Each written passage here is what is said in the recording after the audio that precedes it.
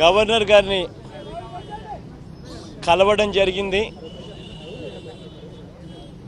నిన్న మా పార్టీ బృందం, ఎంపీలతో కూడిన పార్టీ బృందం నిన్న ఢిల్లీలో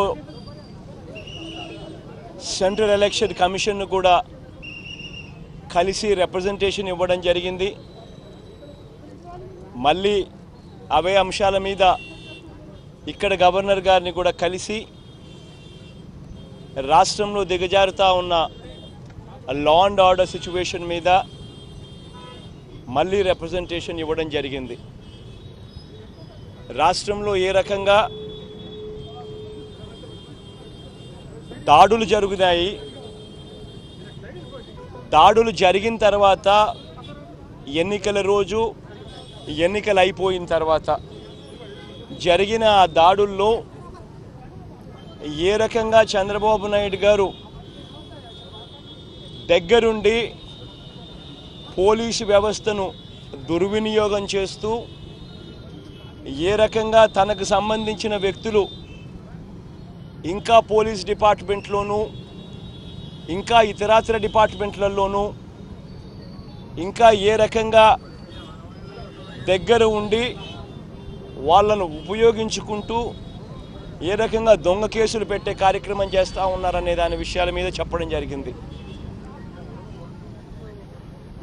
ఇదే కోడేల గారి ఇన్సిడెంట్ మీదనే కోడేల అనే ఆయన ఎక్స్ స్పీకర్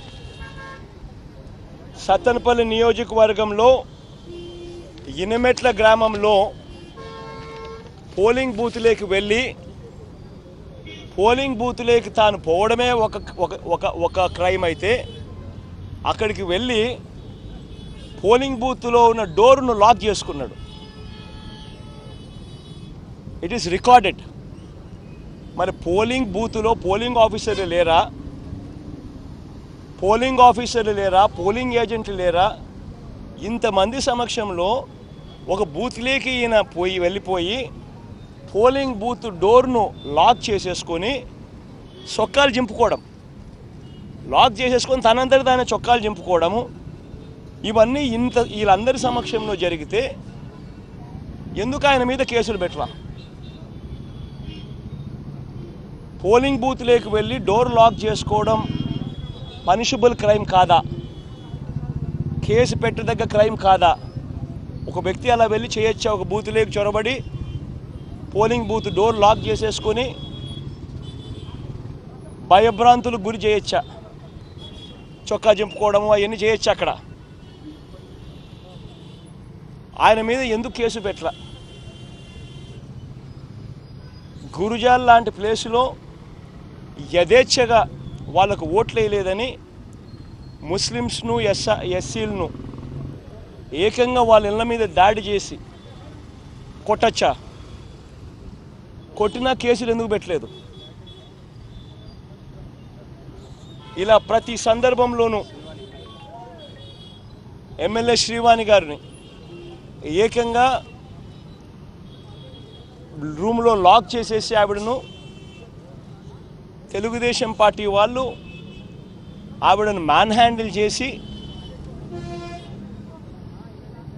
ఆవిడను అటాక్ చేసినా కూడా మళ్ళీ పోలీసులు వెళ్ళి ఆవిడను విడిపించుకొని రావాల్సిన పరిస్థితిలోకి వచ్చిన తర్వాత అటువంటి పని జరిగినప్పుడు ఎందుకు వాళ్ళ మీద కేసు పెట్టలేదు?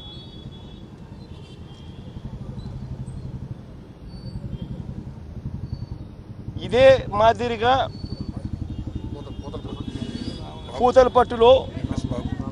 పూతలపట్టులో ఏకంగా candidate, SC candidate, MLA SC candidate, మా తరఫున కంటెస్ట్ చేసిన క్యాండిడేట్ ఎంఎస్ బాబును ఏకంగా తెలుగుదేశం పార్టీ వాళ్ళు ఏకంగా పోలింగ్ రోజు కొట్టారు.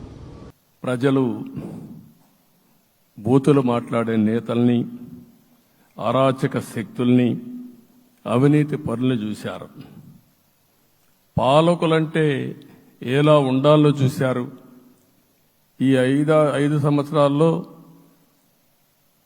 పాలకుడు ఎలాంటి వాడు వచ్చి అర్హత లేని వ్యక్తి ఏ విధంగా ఉన్నాడో చూశారంటే ఈరోజు ఇచ్చిన తీర్పు ఈ 5 ఏళ్లు పరిపాలించినటువంటి వ్యక్తి యొక్క ప్రవర్తన చూసిన తర్వాత ఇలాంటి వ్యక్తి పాలనకు పనికిరాడనే ఉద్దేశంతో ఓట్లు చేసే పరిస్థితికి వచ్చారు. ఇది నా ఉద్దేశ ప్రకారం ఒక కేస్ స్టడీ అవుతుంది మనందరం కానీ జాగ్రత్తగా ఆలోచిస్తే. కానీ మనం కూడా అదే విధంగా కక్ష తీర్చుకోవాలి అని కానీ మనం ముందుకు పోతే మనకు కూడా సమస్య వస్తుంది. అదే సమయంలో ఒకటే చెప్తున్నా, తప్పు చేసిన వాడిని క్షమించి పూర్తిగా వదిలిపెడితే కూడా మళ్ళా అలవాటుగా మారుతుంది. తప్పు చేసిన వాళ్లకు శిక్ష పడవలసిన అవసరం ఉంది, చట్టపరంగా శిక్షించాల్సిన అవసరం ఉంది. అదే సమయంలో విధ్వంస రాజకీయాలు, కక్షా రాజకీయాలు కాకుండా ఇవన్నిటిని ప్రక్షాళన చేయాల్సిన అవసరం ఉందని చెప్పి కూడా నేను మీకు తెలియజేస్తున్నా. ఇంకొక పక్క 5 ఏళ్లలో ఎన్నో సంవత్సరాలు చూశాను కానీ కార్యకర్తలపైన దాడులు, హింసా రాజకీయాలు, అక్రమ కేసులు, వేధింపులు, కడాన సోషల్ యాక్టివిస్టులు కూడా ఇష్టానుసారంగా కేసులు పెట్టి హెరాస్ చేస్తే నిద్రపోకుండా వాళ్ళు కాపాడుకున్నాం. ఇంకొక పక్కన అన్ని పార్టీలకు 3 పార్టీలకు అనుభవం ఉంది. ఈరోజు మీరు చూస్తే ప్రాణాలు తీస్తూ అరాచకంగా ప్రవర్తిస్తూ తెలుగుదేశం పార్టీలో ఒక ఉదాహరణ చూసినప్పుడు అన్ని పార్టీలకు వర్తిస్తుంది.